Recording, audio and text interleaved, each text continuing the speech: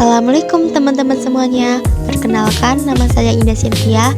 Saya dari Universitas Islam Negeri Syekh Ali Hasan Ahmad dari Padang Sidimpuan, Fakultas Ekonomi dan Bisnis Islam, Prodi Perbankan Syariah semester 6. Pada kesempatan kali ini saya akan membahas tentang pasar modal.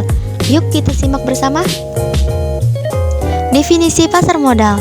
Pasar modal atau capital market merupakan pasar untuk berbagai instrumen keuangan jangka panjang yang dapat diperjualbelikan baik surat hutang atau obligasi, equity atau saham, reksadana, instrumen derivatif maupun instrumen lainnya yang diterbitkan oleh pemerintah, perusahaan swasta maupun public authorities yang bisa diperjualbelikan dalam bentuk obligasi atau saham.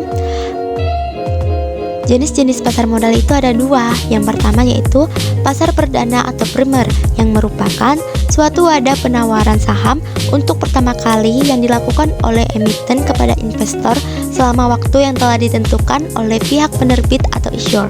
Biasanya itu dilakukan dalam 6 hari kerja sebelum saham atau stok tersebut diperdagangkan di pasar sekunder. Yang kedua yaitu pasar sekunder. Pasar sekunder ini merupakan kelanjutan dari pasar perdana, yaitu suatu wadah terjadinya transaksi jual beli berbagai macam efek, di mana efek-efek tersebut telah melewati masa penawaran di pasar perdana sekurang-kurangnya 90 hari. Nah, setelah mendapatkan izin emisi, maka efek-efek tersebut tercatat di dalam Bursa Efek Indonesia. Selanjutnya yaitu fungsi pasar modal. Yang pertama yaitu wadah untuk menambah modal emiten. Seperti yang diketahui, pasar modal merupakan salah satu sarana untuk mendapatkan sumber dana tambahan oleh perusahaan. Yang kedua yaitu sarana pemerataan pendapatan. Selain keuntungan untuk emiten, pasar modal juga menjadi wadah untuk memperoleh pendapatan bagi masyarakat yang melakukan investasi. Yang ketiga yaitu sarana peningkatan pendapatan negara.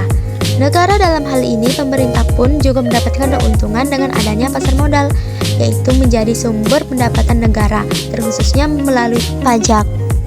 Kemudian, manfaat dan keuntungan pasar modal bagi negara atau pemerintah itu sendiri, yang pertama yaitu menjadi sumber pendapatan.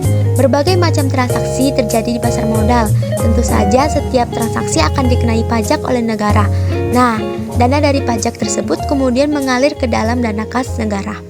Dengan demikian, pemerintah dapat mengambil manfaat dari dana pajak tersebut untuk berbagai kepentingan, pastinya untuk kepentingan rakyat atau masyarakat dan bangsa. Yang kedua yaitu menarik investor asing, dan yang ketiga menopang perekonomian. Sedangkan bagi emiten itu sendiri, yang pertama yaitu sebagai sarana untuk mendapatkan dana segar. Pasar modal merupakan salah satu sarana bagi perusahaan untuk meraih dana melimpah untuk membiayai kegiatan bisnis. Yang kedua yaitu memberi jalan untuk melakukan ekspansi.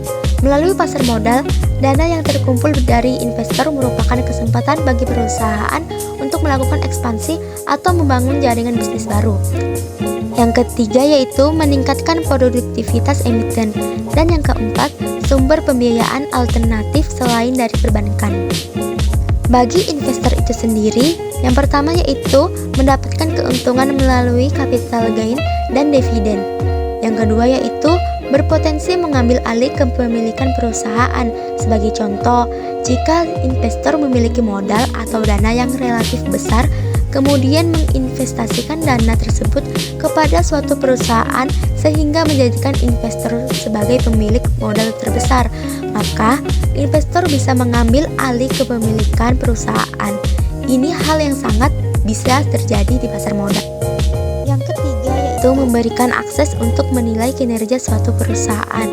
Karena di pasar modal terdaftar perusahaan terbuka, maka setiap emiten diwajibkan untuk transparan dalam pengelolaan bisnis. Selanjutnya yaitu struktur pasar modal di Indonesia. Yang pertama yaitu ada Menteri Keuangan Republik Indonesia. Selanjutnya yaitu Badan Pengawasan Pasar Modal atau Otoritas Jasa Keuangan. Selanjutnya yaitu Bursa Efek. Bursa Efek ini terdiri dari perusahaan efek, lembaga penunjang pasar modal, profesi penunjang, pemodal, dan emiten. Kemudian kita masuk kepada konsep dan prinsip dasar pasar modal syariah. Pasar modal syariah dapat diartikan sebagai kegiatan dalam pasar modal sebagaimana yang diatur dalam Undang-Undang Pasar Modal yang tidak bertentangan dengan prinsip syariah. Oleh karena itu, pasar modal syariah bukanlah suatu sistem yang terpisah dari sistem pasar modal secara keseluruhan. Secara umum, kegiatan pasar modal syariah tidak memiliki perbedaan dengan pasar modal konvensional. Namun, terdapat beberapa karakteristik terkhusus pasar modal syariah, yaitu bahwa produk dan mekanisme transaksi tidak bertentangan dengan prinsip-prinsip syariah.